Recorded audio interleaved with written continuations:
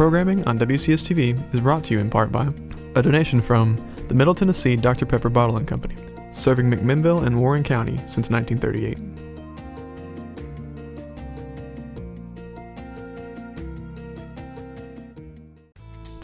Programming on WCS-TV is brought to you in part by a donation from Bridgestone. Bridgestone, your journey, our passion.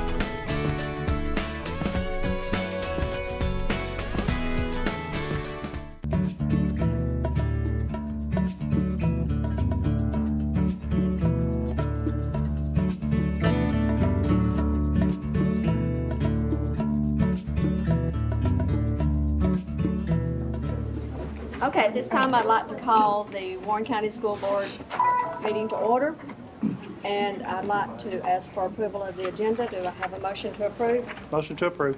Do I have a second? Second. All in favor say aye. Aye. All opposed? Mr. Zeckman, would you lead us in the Pledge of Allegiance, please? Everyone stand, please. Okay, the flag is in this direction. I pledge allegiance to the flag of the United States of America and to the republic for which it stands, one nation under God, indivisible, with liberty and justice for all. Thank you all. Do I have a motion to approve the consent agenda? So moved. Do I have a second? Second. All in favor say aye. Aye. All opposed? Okay, next up is recognitions.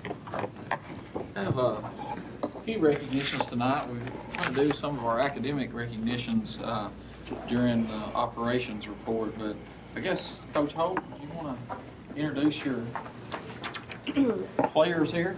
Our players, our fishermen. Our senior that just graduated, we have Hunter Bowden, and freshman Samuel Vandergriff.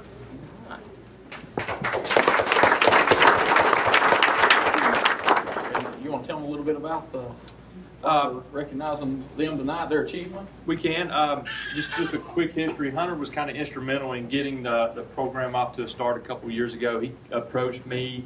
I said, whatever we need to do, so we got the ball rolling, and it's kind of evolved in something good for the students. And this past spring, these guys finished 5th in the Costa Bassmaster High School Championship in Kentucky Lake. Very good. So a very big accomplishment for those guys. A lot of hard work went into it, and a lot of time and dedication for those guys, so it paid off. We wanted to give them a little something to recognize, and their mom sent me an email on, I think it was Friday. Was it Friday? Before the last day. For the last day, and I think you guys were in 10th place out of how many? 134. 10th place out of 134, and then when it was all over, they had finished 5th out of 134. So it's not too shabby, and that was that the national? That was the national Tournament. So teams from all over the country. So we had that. And Canada. That's even better. How many teams were from Tennessee? Me and him were the highest finishing team from Tennessee, but they were probably about 20 or 30. Well, not too shabby. So if you need a fishing guide, these guys might be willing to take your money. If you want to go. Yeah, they got expertise. But from the board, we wanted to recognize you for your special achievement and for representing our school and our community. So Hunter, it's certificates awarded for your special recognition, 5th place in the Costa High School Bassmaster National Championship.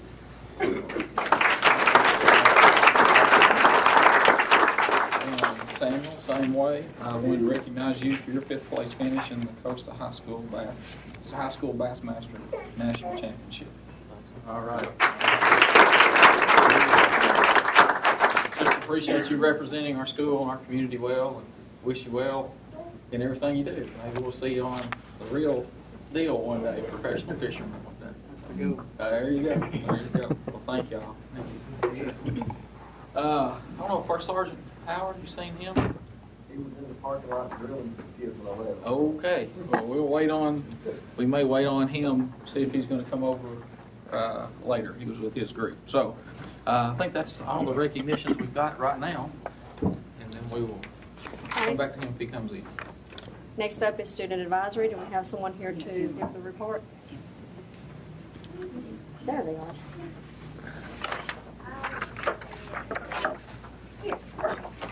Do y'all have them? Yes.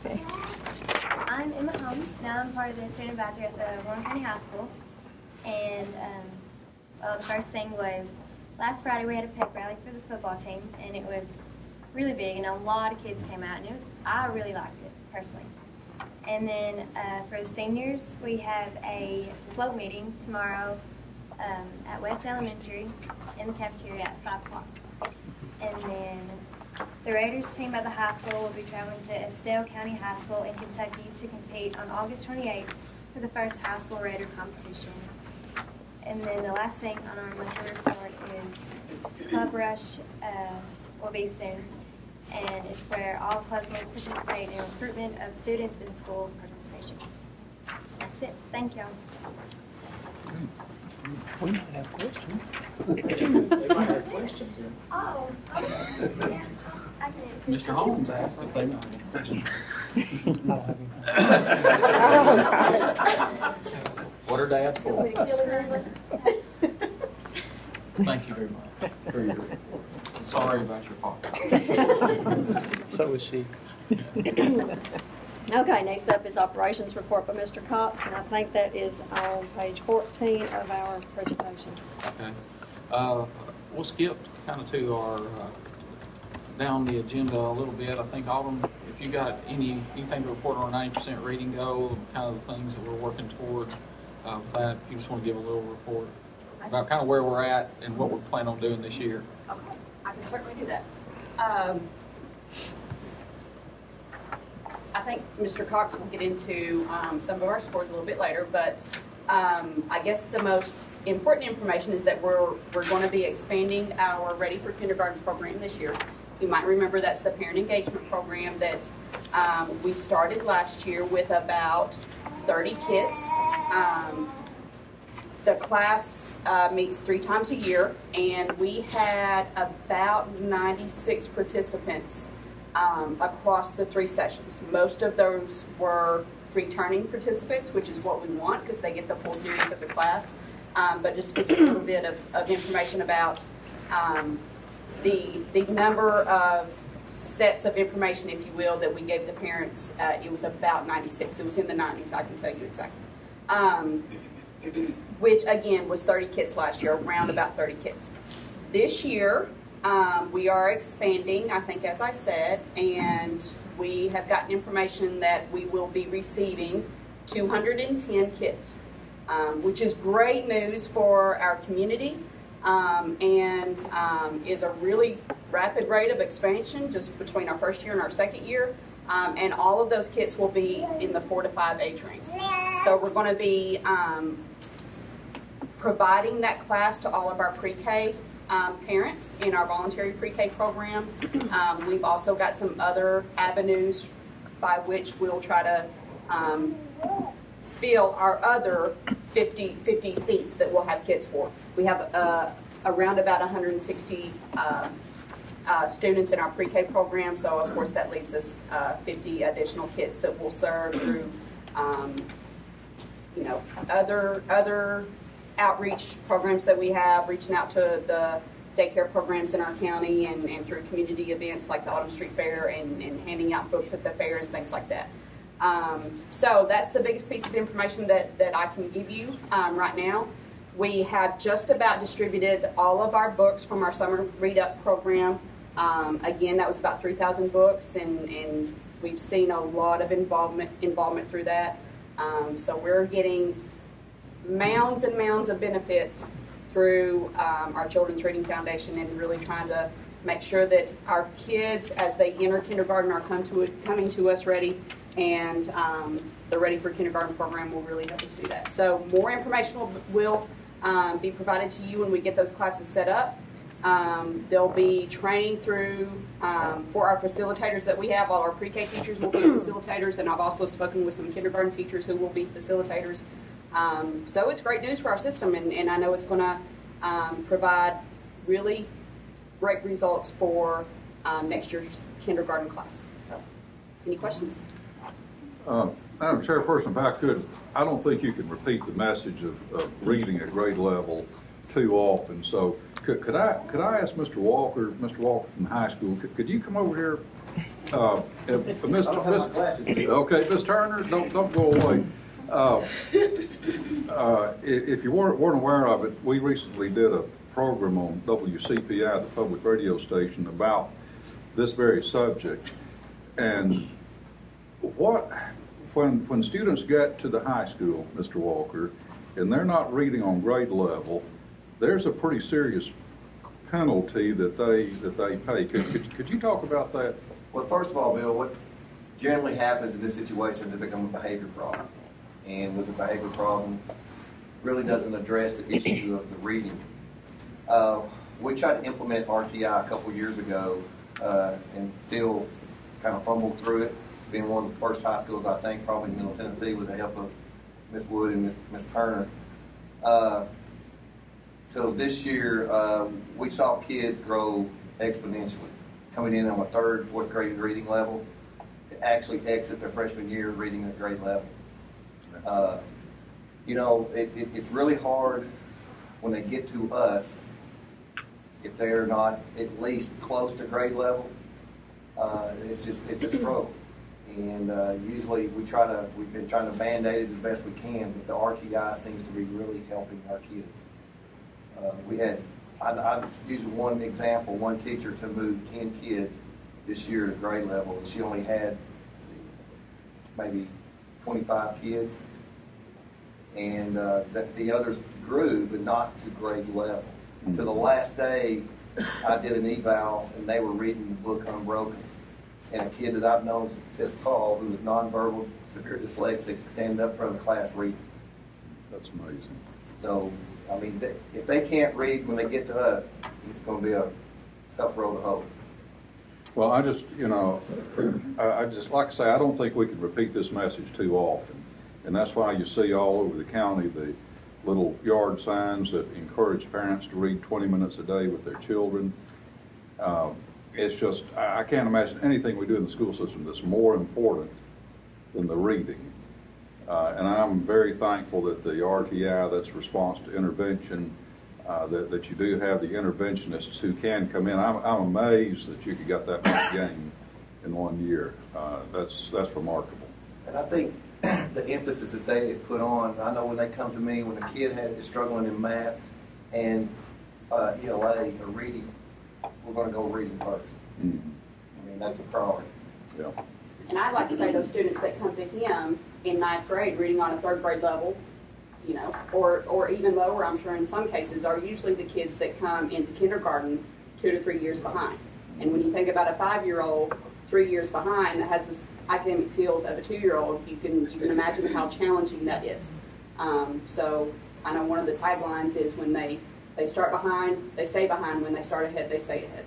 So we're really trying to reach out and solve the problem before it becomes so ingrained that that kid goes from kindergarten through 12th grade and just faces challenge upon challenge upon challenge and can't perform where they need to. Well, the struggle becomes more intense as they're pushed up through the grades. And then that's where you say the behavior issues sometimes come in. I guess one of the takeaways is that I think Warren County and our entire society needs to understand that education is not solely a job for the school system, that parents have to be involved and very early on. And you know, we spoke to this during the radio program too, but the research done by Lynn Fielding in the Little Green Book that I'm sure a lot of our teachers know about and our administrators, part of that research says that 100% of the reading achievement gap originates in the home and 67% of the math achievement gap originates in the home between the ages of birth to 5. So, a little bit of data for you. Well, thank you all. Thanks to all the teachers and principals. The next item we have for a presentation is our strategic plan. I think you have a copy of, given a copy of that. Just wanted to see if there was any questions about that. I know we wanted to try to approve that this evening if there were no questions on that. We worked with that through our leadership team to address the goals, academic goals. Also in there, we took some of the items that we had from our board retreat and put a couple of goals in there that the board wanted to focus on and research. And then Ms. Caldwell took our building and grounds program and scaled that out to a 4-year plan to update that. So if there's any questions on that, I'll try to answer any that you may have.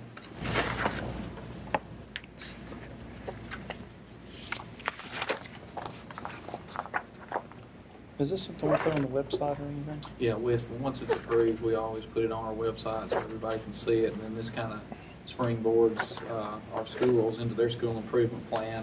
And with the E-plan now, we have to have our goals aligned online, and it has to be aligned to the district goals. So. You put the whole report on there? Do what? You put the whole report on there? there? Yeah, the whole plan. Even Donnie's part? Even Donnie's part. Yeah, the whole plan goes on. I guess one question I have, as far as building the grounds concerned with Donnie, will we be able to accomplish this program on the current budget he has now? I think he's got it scaled out where we can accomplish it. Of course, if there's any kind of things that come up. I understand that part. But that's like anything else. It's a plan to start from, and then if we have to adjust, we can. But I think so. We've got the money scaled out. He usually gets about $900 in his capital projects fund, and then maintenance budget, he's able to handle that, whatever's left out of that, and we try to make it work. Okay.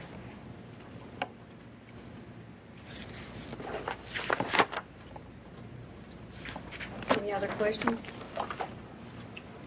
Do I hear a motion to approve the strategic plan for 2015 through 2019? I make a motion to approve the strategic plan. Have a second? Second. Any further discussion? All in favor say aye. Aye. All opposed? All right, thank you. If we do have adjustments, which, there's a possibility that we could have, then we'll always bring those back to you for your consideration. The next item we want to get into is just a little presentation about our data that is public right now. Of course, our report card data is not public yet.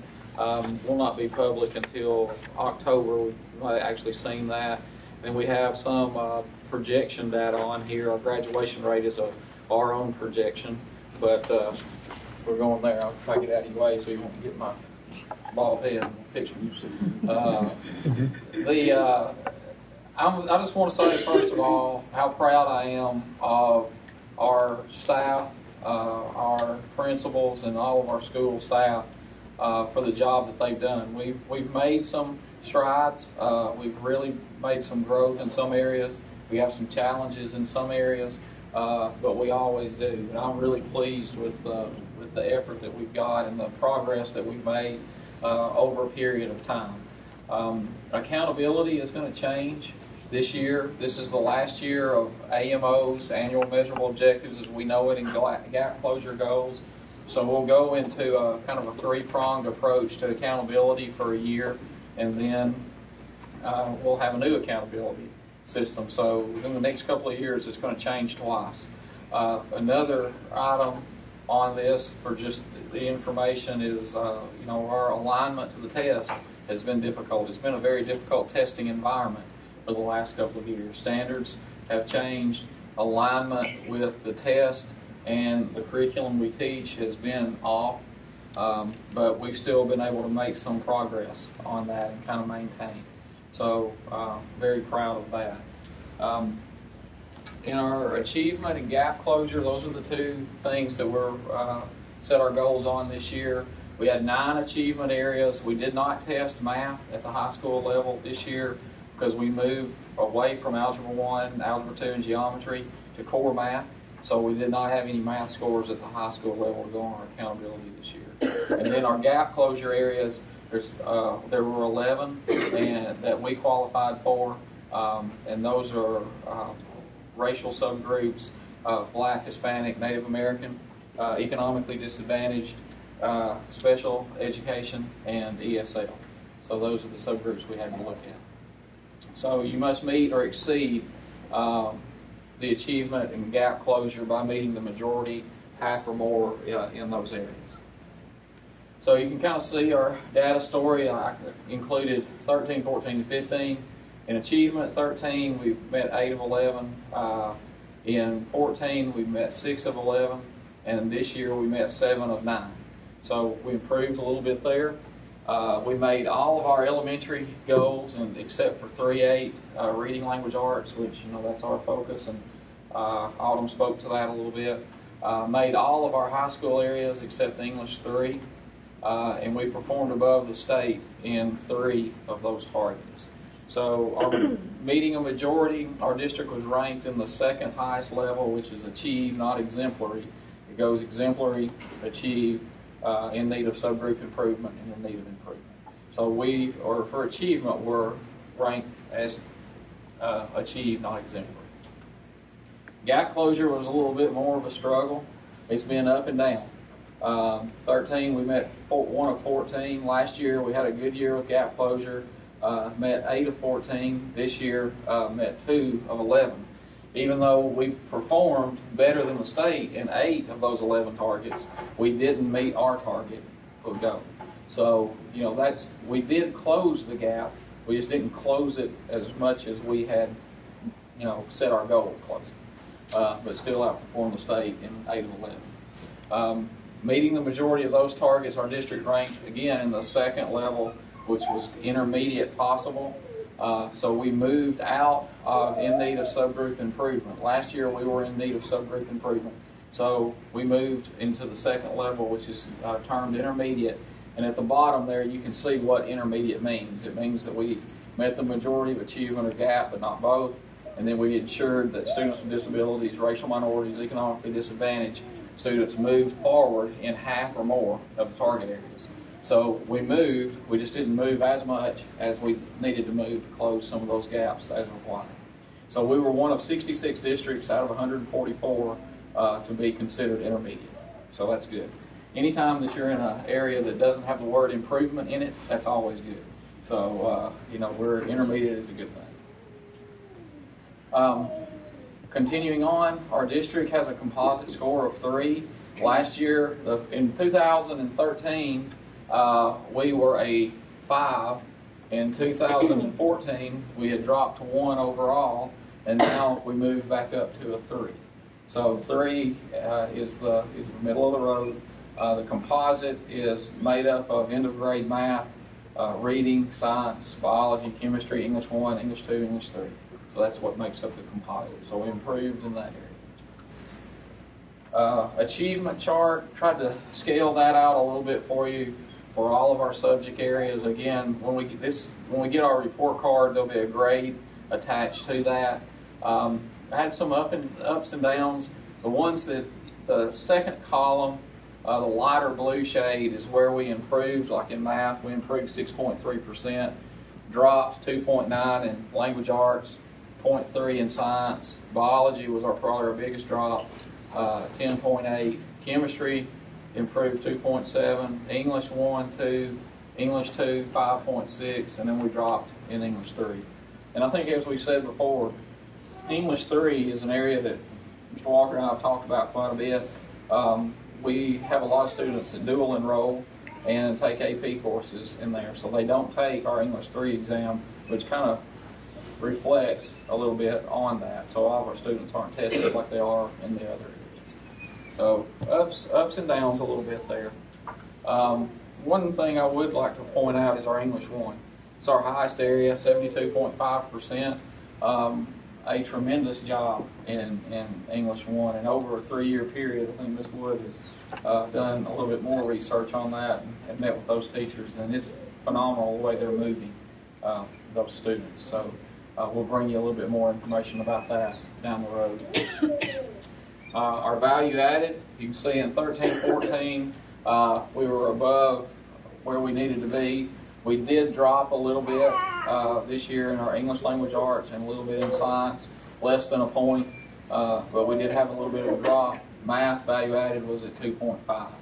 So we were kind of up and down in math, but that's our strongest area. In social studies, we don't have a social studies. We did not test social studies because there were new standards out and was not a test in social studies, but that will be coming back this year. Okay, ACT, that's been a goal of ours, is to improve the ACT scores across the board.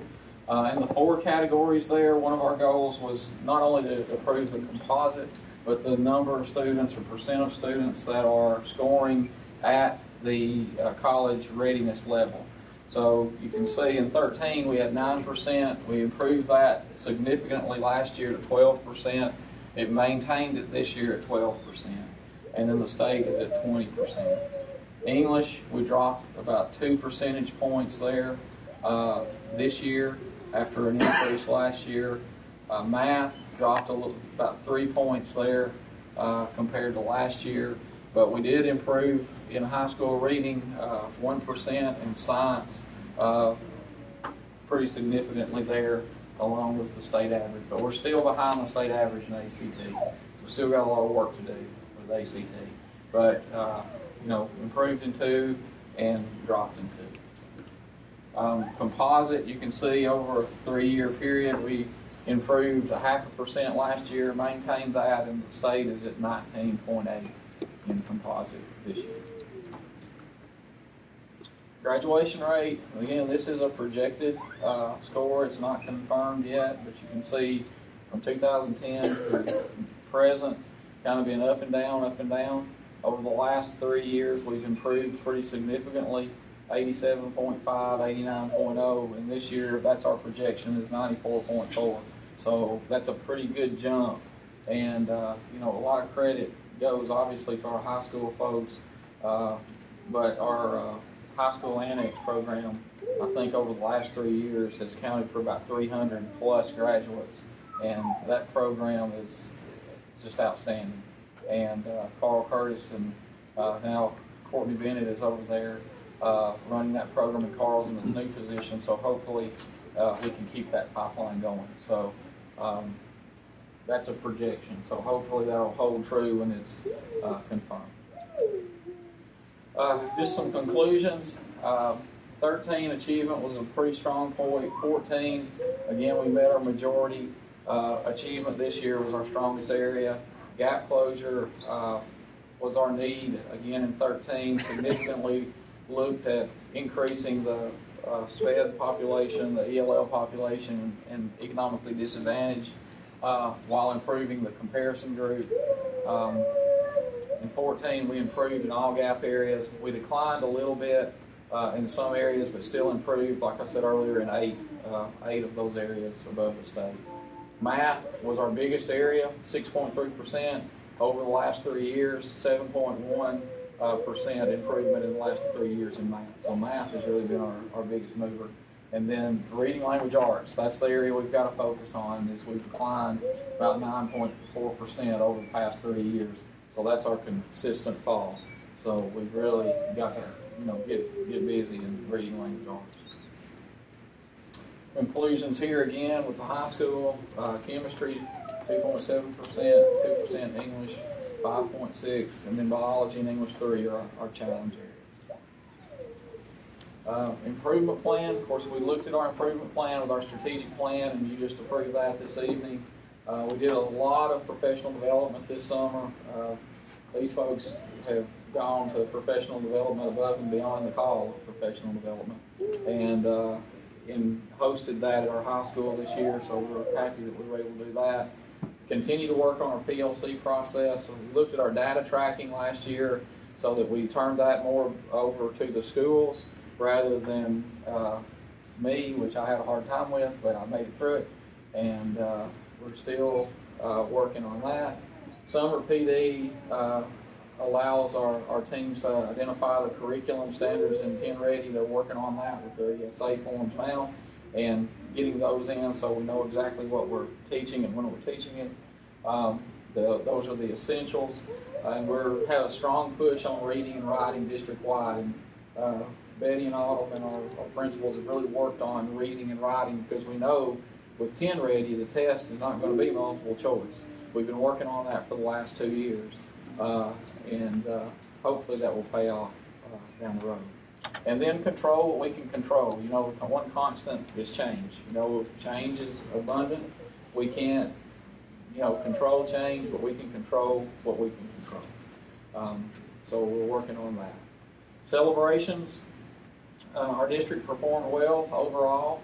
Improved our status to intermediate. Maintained or improved our performance in the majority of the areas.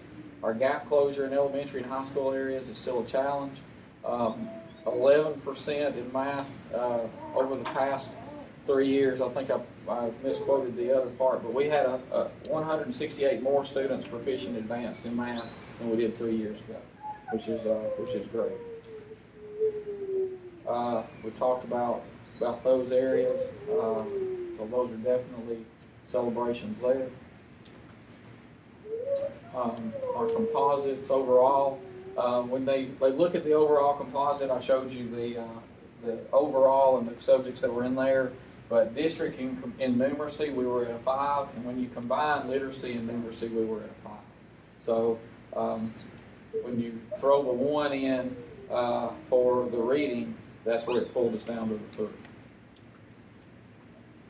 So challenges, English 3 and biology, and elementary school language arts, written language arts. So tonight we've got a lot of our principals here and wanted to do a lot of celebration with these folks for the work that they've done, you know, the heart and soul of what happens every day in our schools, you know, starts with the leader of that school and the teachers that are in that school.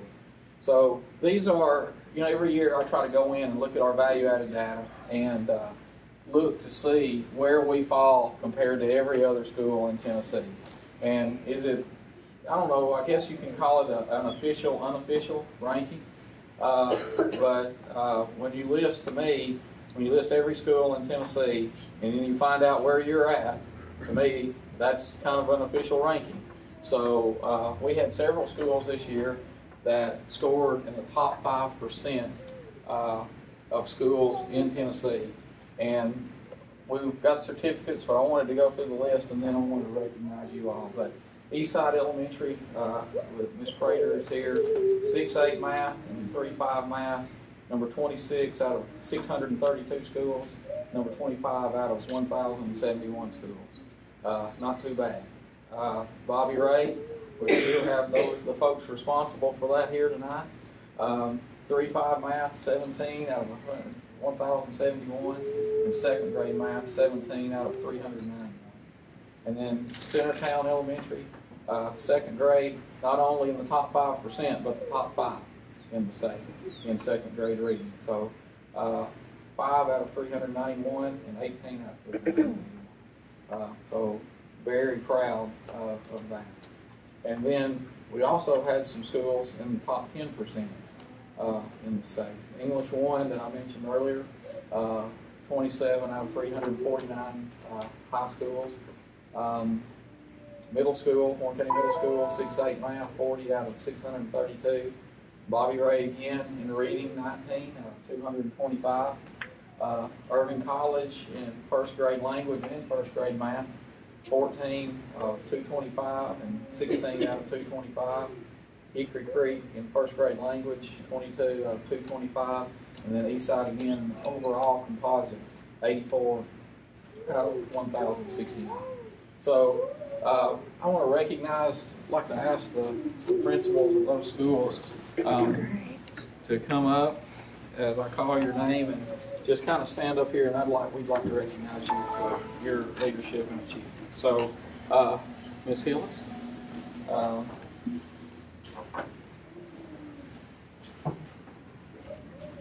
We have several. You may not have enough hands. So Bobby Ray staff and students will be recognized for your superior performance in 35 math in the top 5% of schools in Tennessee. So there's one. Congratulations. Here's the one for second grade math, also in the top 5%. So I recognize you for that. Top 10% in first grade reading. So we want to recognize you for that as well. And Okay, and we'll get to the other one here.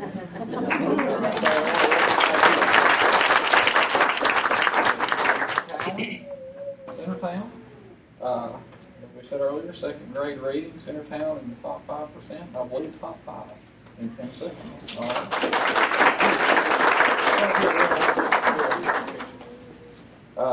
Also, let's go over here to you, so we got know. Second grade math. Don't want to skip that. Eastside Elementary, Ms. Prayer. 6-8 math, top 5% of all schools in Tennessee. Recognize you for that one. We got a few more. 3-5 math, top 5% on that one as well. And, well, it should be last but not least, is 3-5 composite in the top 10%. So you should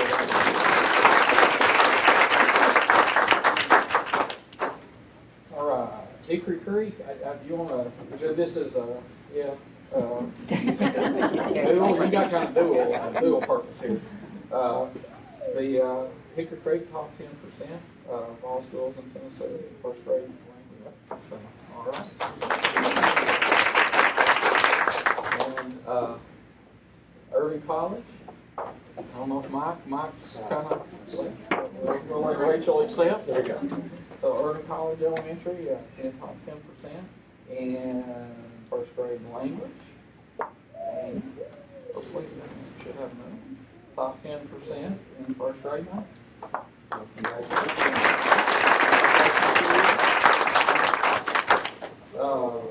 We have Warren County High School, Ms. Walker. English 1, top 10% in Tennessee in value added. Thanks, sir. All right.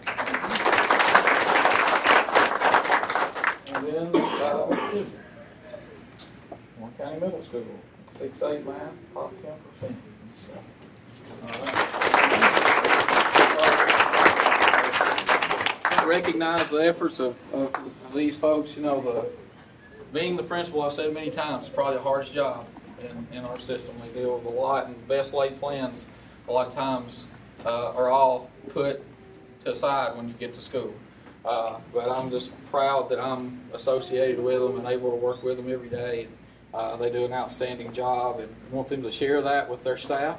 And we want to make sure that they get recognized and schools get recognized, because we do, I think, great work every day. So again, thank you for your work. And then I think we have one more. Y'all can go ahead.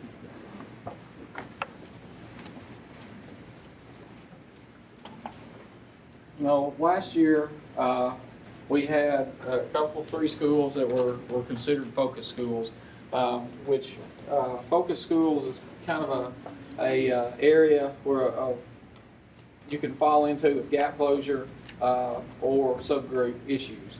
So Bobby Ray last year was identified as a school that was on the focus list. In 1 year, they have moved off that focus list, which is an outstanding achievement. And we want to recognize their staff and faculty and administration for all the hard work. And that's one of the reasons we wanted to be here tonight, so we could present this along. We were going to do this Thursday night, but they've got a carnival Thursday night.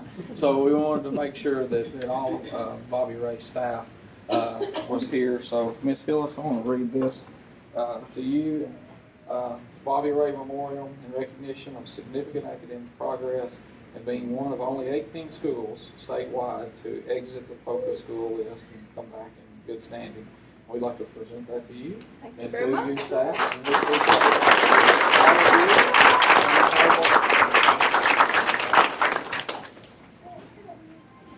Well, that's an outstanding achievement, so we're very pleased with that. And last but certainly not least, we want to thank you all, our board, for the work that you do. You know, a lot of the things that board members tackle are really not seen day to day. And, you know, we're all in this together, as our mission states. It's, you know, one team, one goal, with high levels of learning for all. So that's what we want to do. So we want to appreciate you as well as we recognize everyone tonight, because you're a vital part of that. So we appreciate you. So we want to give you a hand.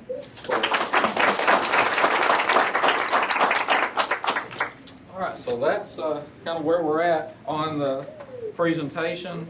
I do have just a couple more things I want to report before we move on into policies. Number one, we received a couple of grants. Safe School grant this year. We received $36,550, and our local match of that is $9,138. And what we're going to try to do with that money is what we've done in the past, is try to upgrade our radio systems and our cameras this year. We do have, in the past, we're looking at some fencing, especially here at Bobby Ray and at West Elementary. So once we get the radios and communication things taken care of, you know, as we move forward with that, then we'll take care of the fencing. So I wanted to report that we did get that grant. Also, we did get a couple of focus school grants this year with Eastside and Dibble. $97,646, of which there is no match. Dibble Elementary will take advantage of that, and Eastside $76,930. And their administration and staff worked on applications this summer to do that and get those two grants, so we're very happy about that. Bobby Ray did a lot of work on that. That's kind of a topic that we don't talk about a whole lot, but no money, but off the list. So we're going to be excited to be off the list and feel free to come to our carnival Thursday. Yes, feel free to come to the fundraiser. Let's do a little fundraiser plug. So I want to make sure we do that.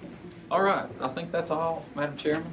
Operations report, and again, Ms. Hillis, thank you for hosting us tonight, and thank you all for the hors d'oeuvres and the hospitality, and for the work that you do every day. And not only the staff of Bobby Ray, but all of our principals, all of our schools. Can't tell you enough how much I appreciate you, and Autumn and Betty, and everybody that tries to keep me straight is, a good group. That's a full-time job. So I appreciate all of it. Okay, next up on our agenda is Curriculum and Achievement Committee. Mr. Zeckman. Hey, thank you, Madam Chairperson. Before we get into the policies, there are 4 of them this evening. We can go through them pretty quickly. I think everybody on this board would like to be publicly associated with the comments that Director Cox made in complimenting and congratulating and encouraging all of these principals and teachers and the students. And let's not forget the parents who play such a vital role. You know, I think we're looking at 2 things. We're celebrating achievement, and we're also celebrating progress. And with that report this evening, we do have a lot to celebrate. And when I talk about progress, particularly being one of the relatively few schools in Tennessee to come off the focus list and go to a position of good standing, that took just monumental effort. And it takes great effort day by day for all the teachers and principals with these good numbers, these good showings that we were having. So, Madam Chairperson, I think we'd all like to commend and second what Mr. Cox said. Let's go to our policies. We have 4 policies on first reading, and these are basically some editorial changes. Let's take a look first. Robin, can you hear me okay? Yes. Okay.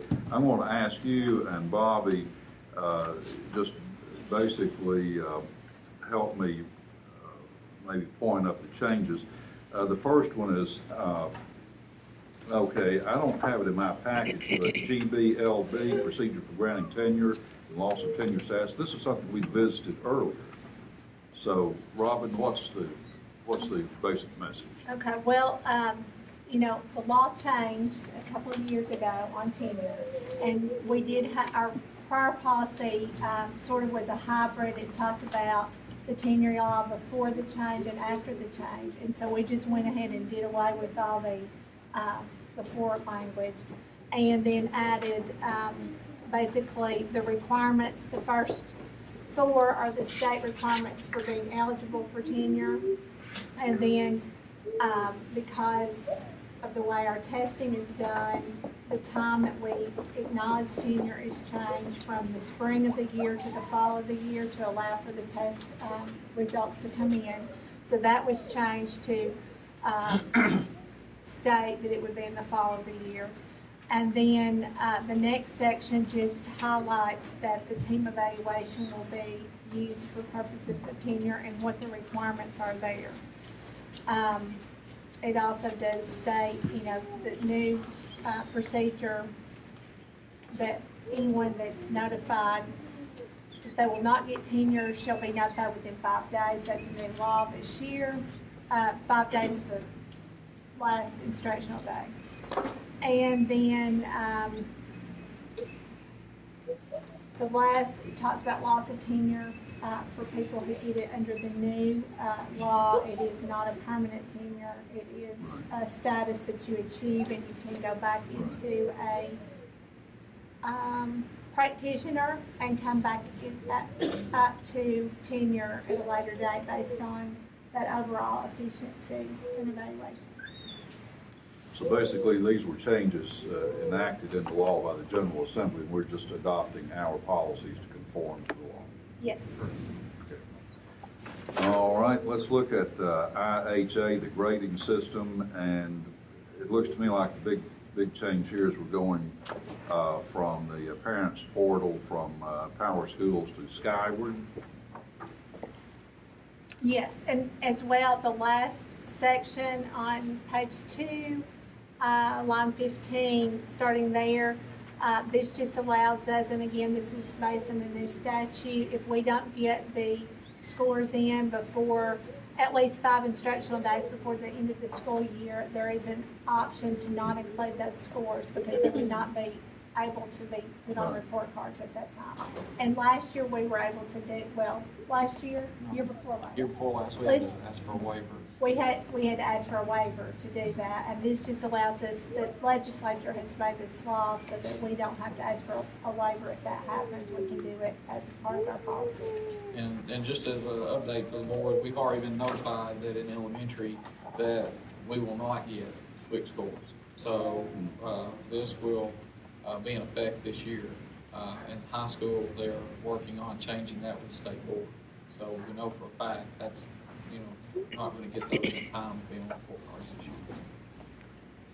So that's something the General Assembly did that definitely we would agree with and we would embrace. So we can expect to exercise the 5-day option at the elementary level this year. Okay. Let's move over to IHAB, reporting student progress and conferencing. And one of the things I see in this is, if I understand it correctly, Bobby and Robin, sort of an encouragement for ongoing parent-teacher conferencing and not just doing it 1 or 2 days a year. Right. It's cleaning up just about our report cards, cleaning when we moved from, 6 weeks to 9 weeks a few years ago. That didn't get changed, so we're making sure that that's consistent with what we do. Progress reports, keeping our website updated, corresponding with parents as needed. Hopefully at least weekly, getting that done. I know that's always a question, is getting those grades in there. And then, having the parent conferences as we need to have those so that we encourage parent support and parent involvement in their child's education. And then I think the last part, maybe the next policy. Yeah, the next policy is with promotion and retention. So that's basically what this policy is, just really updating it. Okay.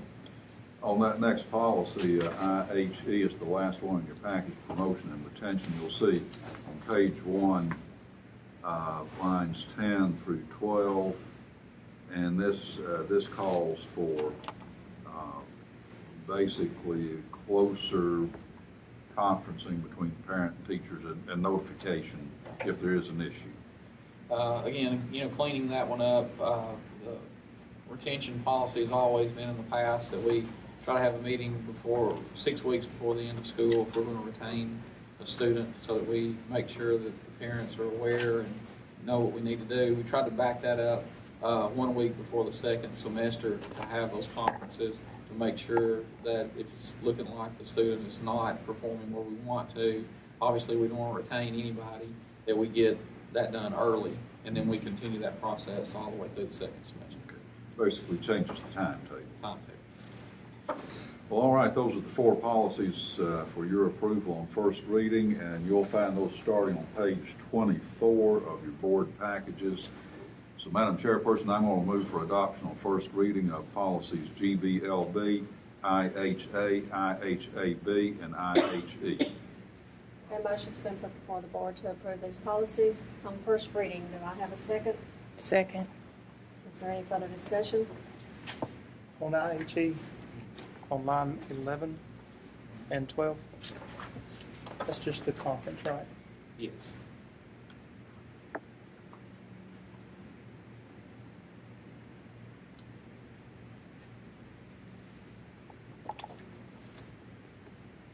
Anything else? All in favor say aye. Aye. All opposed? Motion carries. And Madam Chairperson, that completes the business for curriculum and achievement. Okay, next up is facilities and resource management. Ms. Bass? We had updates on the 3 current projects. They're moving along smoothly as opposed to the inclement weather that we faced. They're about 7 to 10 days behind, but Mr. Clemo believes that they'll be able to make that up. Just a short report on each project. Demolition is complete at Bobby Ray. Construction is underway, and there are ongoing meetings to help with children being out of the weather when moving from building to building. And the upper balcony in the gym has been modified per the fire marshal, so this project's moving smoothly. High school, the athletic facility is about 30% of the block work is complete. Parking issues has been resolved, and that project again is moving along quite smoothly. Irving College, they have found 3 septic tanks that have been removed. A cistern top that was found where part of the footer would be placed. Color palettes are being selected, and all in all, the project is moving ahead with all the obstacles that has been encountered. And that's all we have to report. One other item that I wanted to make the board aware of is with our gym and the use of it by the public. We have our intramural program that's over here, and we have JC basketball that's here as well. And we've talked with Ms. Hillis and also the fire marshal, and we've provided verification to the fire marshal that our students that are here during the school will not be around the construction site. And also the JC basketball as well has provided documentation that they're going to police the site and make sure. So they'll be able to use it for JC basketball, and we'll be able to use it for PE through this year until the summer. So that kind of solves one problem there. Are there any other committee reports that need to be brought before the board? Okay, up next is board reorganization. It's that time of year again where our board chair, which is me, will step aside and we will nominate a new board chair. And at this time, I would like to take the opportunity to nominate Mr. Scott Holmes to be our successor board chair. I'll open the floor for any other nominations that we might have. I'll second that nomination. Is there any discussion? All in favor say aye. Aye. All opposed? Next up will be a vice chair. Do I have any nominations for vice chair? I'd like to nominate Bill Zeckman for vice chair. We have a nomination of Mr. Zeckman on the floor for vice chair. Do I have any other nominations? I'd like to nominate Ms. Helen Martin for vice chair. We have a nomination for Ms. Helen Martin on the floor for vice chair. Let me, if I could respectfully decline the nomination because I would like to support Ms. Martin, but with thanks for your kindness and confidence, I'd just like to decline, and I want to support the nomination of Helen Martin. Mr. Zeckman has declined the nomination, so now we have Ms. Martin up for nomination as vice chair. Are there any other nominations? All in favor say aye. Aye. All opposed? We have a new board chair, Mr. Scott Holmes, and vice chair, Ms. Helen Martin. Is there any other business that needs to be brought before the board? Madam Chairperson, 30 seconds for two quick public service announcements. Let me repeat what Ms. Hillis said. Bobby Ray Memorial Carnival coming up this Thursday. Where is Ms. Hillis? What time does it start? 5 o'clock, okay. Come out and support the carnival. And also, our special ed department is sponsoring free developmental screenings. There'll be 4 times in the coming school year. The poster says if your child is slow in learning to crawl, walk, or talk, take advantage of free screenings by developmental professionals. The first one will be Thursday, September 3. They'll be at the Bobby Ray Elementary School. You need to call for an appointment, but if you'd like more information, just call the central office, ask for special education, and they'll tell you all about it. Did I do that in 30 seconds? How about it, Mr. Holmes? 30 seconds? Yeah, put the timer on. Okay, thank you. Okay, do I have a motion to adjourn? I have one thing. Mr. Randy England contacted me about, he has 2 students at the TCAT school, and he's very proud to report that that's going smoothly, and just wanted everyone to know that that's just doing very well. Great. Our welding program started, it's going well. We've got a pharmacy program that's started, and it seems to be going well. So, got a lot of new courses that are moving forward in CTE. But thank you for that. Excellent. Okay, do I have a motion to adjourn? Motion to adjourn. Do I have a second? Second. All in favor say aye. Aye. All opposed? Meeting adjourned.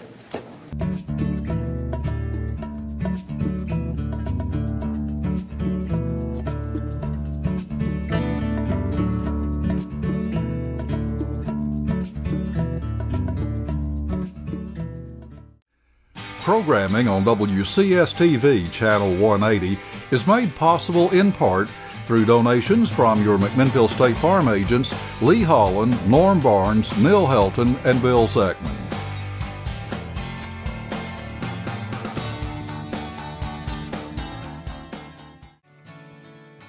Programming on WCS-TV is brought to you in part by a donation from Robert Oliver Bratcher of the Stanley & Bratcher Law Firm, located at 100 West Main Street in McMinnville, Tennessee.